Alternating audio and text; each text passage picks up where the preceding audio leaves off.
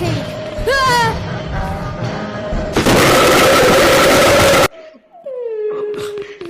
I hit my wall. Bro. Wait, let's lock him doors and go up the stairs. Ah!